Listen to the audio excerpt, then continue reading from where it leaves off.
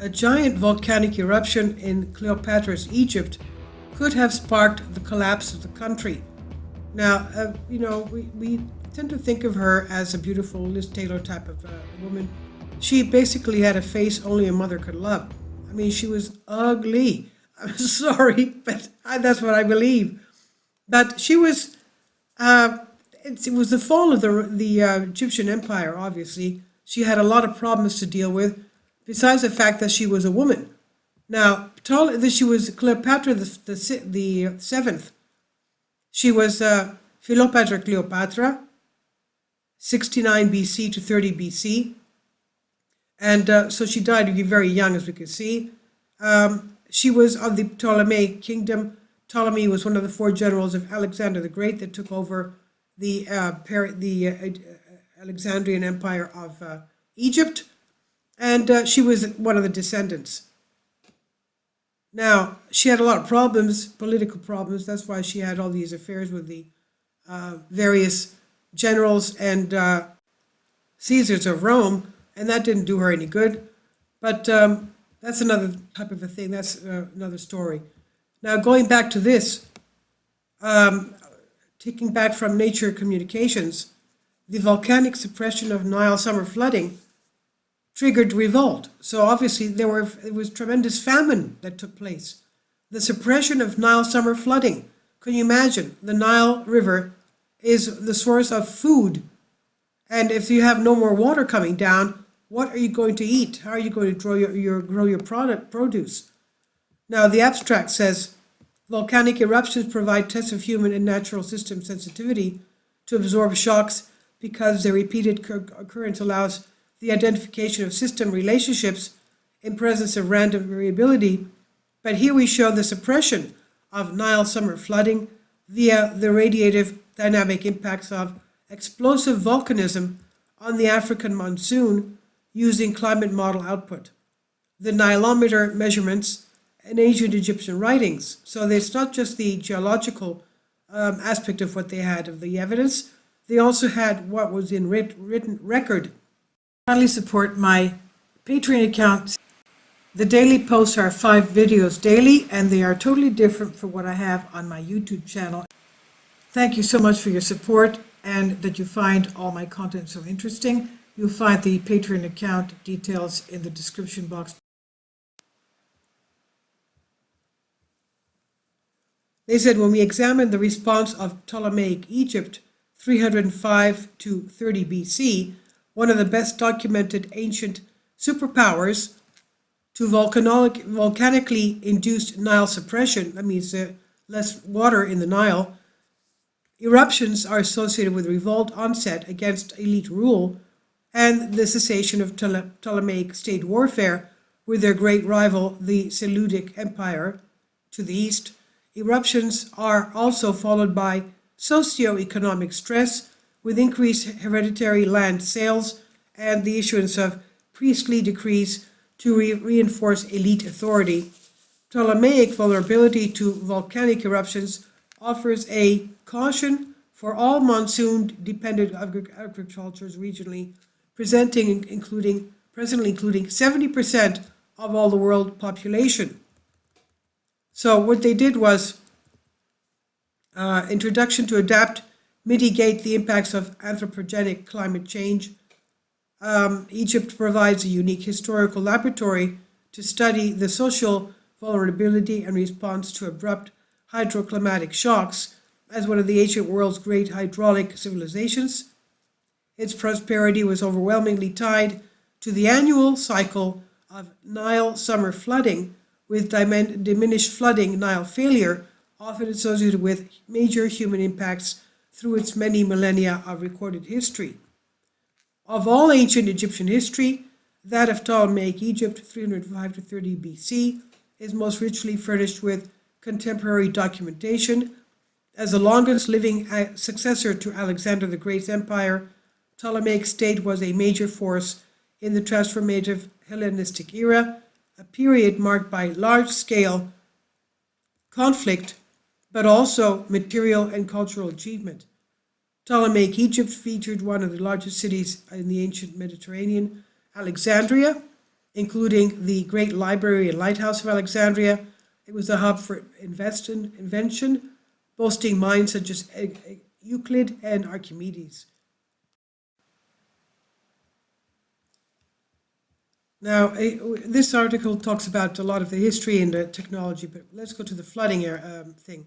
Now, the political environment setting with volcanic forcing history, Eastern Mediterranean wet seasonal rainfall, taking example December mean at 30 arc seconds, indicative of Ptolemaic and Seleucid territories, potentially capable of rain-fed agriculture.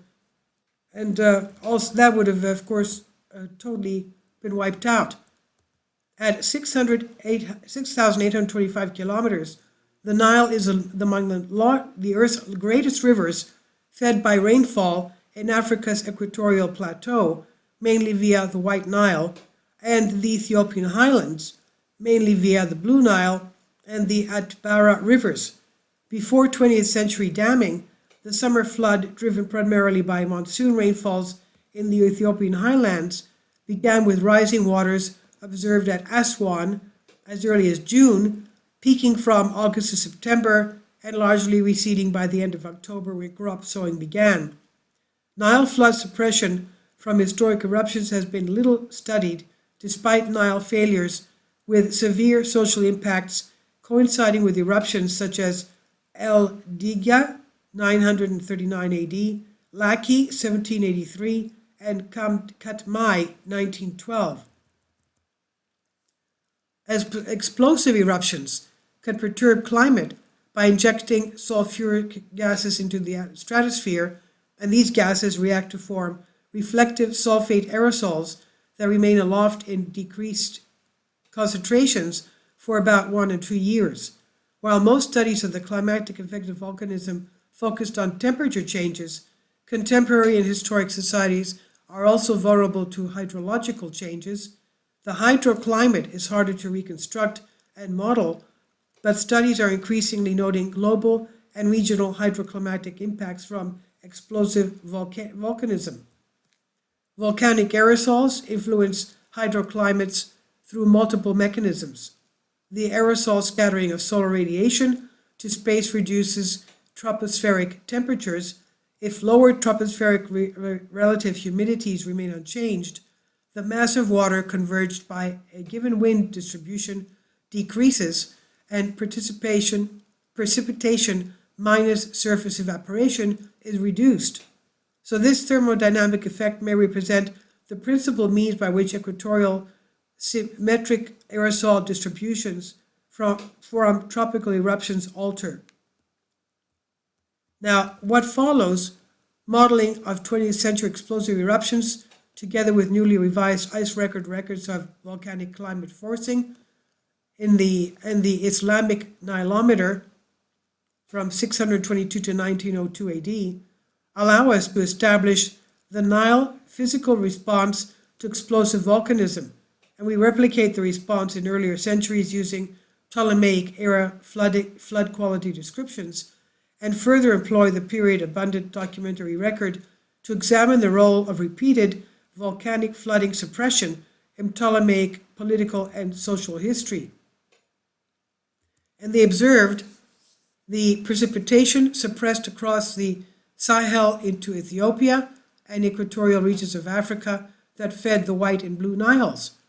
An ensemble of climate models forced by these eruptions shows a reduction, that is, net water available for runoff, in monsoon regions during boreal summer, result primarily from weakening of the consistent with only one of these eruptions being extratropical. The southward shift is evident in the West Pacific and East Atlantic, and the response to individual eruptions may show larger shifts in the ensemble mean to do meridional asymmetries. So, historic flood height analysis. To examine the influence of historic volcanism, we employ summer flood measurements from the Islamic Nilometer, the longest known annual recorded observational hydrologic records starting in 622 AD. We composite annual summer flood heights up to 1902, when the Aswan Low Dam was completed. Eruption year summer flooding averaged 22 centimeters lower than non-eruption years. Nile summer flood heights, we compare rank flood heights of eruption versus non-eruption years as a function of rank percentage. Now, the great socioeconomic importance of the Nile summer flood ensures its frequent mention directly and indirectly in ancient writings before 622 AD, start of the Islamic Nilometer data. Using the writings, indications placed on scale with the Ptolemaic period, 305 to 30 BC, ranked comparison of flood quality from eruption and non-eruption years shows that eruption years exhibit the same or lower flood quality than non-eruption years for all percentiles. So that's what happened. Societal response. For the first time in Egyptian history, well-dated records, especially papyri, survive in large numbers during the Ptolemaic period, in tandem with newly revised and extended ice core volcanic forcing data. These allow us to compile indexes of socioeconomic and political activities to identify potential top-down and bottom-up responses to volcanically induced hydrological shocks. We thus examine the timing and frequency of Ptolemaic interstate warfare and the issuance of priestly decrees relative to eruptive years, as well as the timing of frequency of revolt, onset against Ptolemaic rule, and hereditary land sales. So revolts of varying severity and extent are signaled in the papyri inscriptions. As during the greatest 20-year Theban revolt starting 207 BC, the revolts generally considered nationalist uprising by Egyptians resentful of Greek Ptolemaic rule, and are rarely considered in relation to socioeconomic stress following Nile failure. Now, okay, the Nile, this is about the Nile, and you can understand if you have no food to eat, you're going to ask the government to support you. And the government, of course, has to support its populace some way or another. And now we understand why Cleopatra, the last pharaoh of Egypt, was really in a very bad situation and had to sort of sell her charms to the people that she believed were the strongest in the area, being the Caesars of Rome.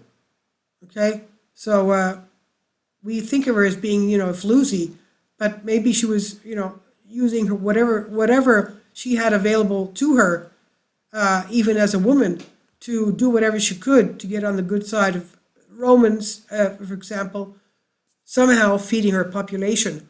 So this is on Nature Communications. I think it's a very extraordinary piece of information that we should have, and very nice topic to talk about.